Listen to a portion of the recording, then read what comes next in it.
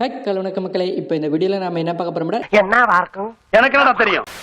முக்கியமா நம்ம நெட்ஃபிளிக்ஸ் சைட்ல ஒரு நியூ அனிமியோட தமிழ், தெலுங்கு, ஹிந்தி டப்புமே கொண்டு வர போறாங்க. நம்ம கண்ட காட்சி உண்மைதானா? ஸோ வழக்கம் போல இவங்க ஹிந்தி டப்லாம் கொண்டு வருவாங்க. ஸோ இந்த முறை முதல் முறையா தமிழ் டப்லையுமே கொண்டு வராங்க. ஸோ அது என்ன அனிமி என்று பார்க்கறது முதல் நம்ம சேனல்ல இப்பதான் நீங்க முதல் முறையா ஒரு வீடியோ பாக்குறீங்கன்னா மறக்காம நம்ம சேனலையுமே சப்ஸ்கிரைப் பண்ணி உங்களோட அனிமி பார்க்குற ஃப்ரெண்ட்ஸுக்குமே இந்த வீடியோ ஷேர் பண்ணிக்கொள்ளுங்க. சரி வாங்க நண்பா, இப்போ நம்ம வீடியோக்குள்ள போலாம்.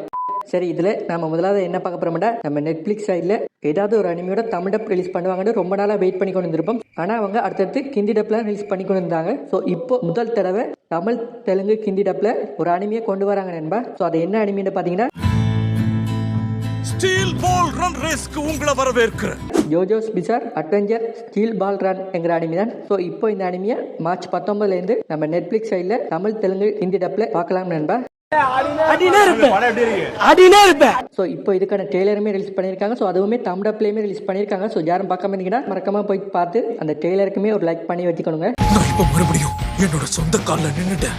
இனி என்னால திரும்பவும் குதிரை ஓட்ட முடியும். ஸோ இந்த அனிமிக்கு ஒரு நல்ல ரெஸ்பான்ஸ் கிடைச்சதான் அடுத்தடுத்து நம்ம நெட்ஃபிளிக்ஸ் சைட்லயுமே நிறைய அனிமியோட தமிழ் டப்புமே கொண்டு வருவாங்க. ஸோ அப்படி இந்த அனிமிக்கு ரொம்ப சுமாரான ரெஸ்பான்ஸ் கிடைச்சா நம்ம நெட்ஃபிளிக்ஸ் சைட்ல அடுத்தடுத்து தமிழ் டப்பை எதிர்பார்க்கலாம் நண்பா. ஸோ அதனால முடிஞ்ச அளவுக்கு சப்போர்ட் பண்ணுங்க.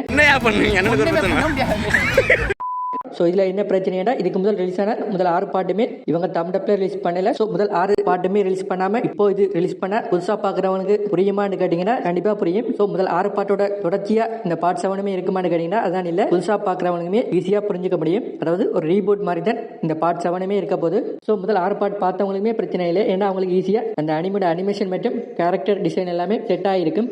ஆனால் புதுசாக பார்க்குறவங்களுக்கு அப்படி இல்லை. எதுவுமே தெரியாம ஒப்படியாங்கிற.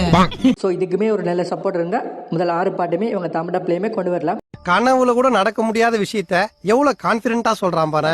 அதோட தமிழ் டப்பிங்குமே ரொம்ப சுமாரா பண்ணாம ஓரளவுக்கு நல்லா பண்ணிருக்காங்க. வரைக்கும் இந்த உலகமே பார்க்காத புது அனுபவமா இருக்க போகுது. சோ இப்போதைக்கு நம்ம நெட்ஃபிளிக்ஸ் சைட்ல தமிழ் டப்ல ஒரு அனிமி கொண்டு வரதே பெரிய விஷயம் நண்பா.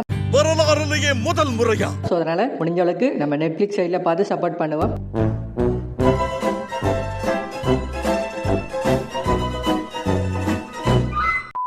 சரி போயிட்டு வரட்டா.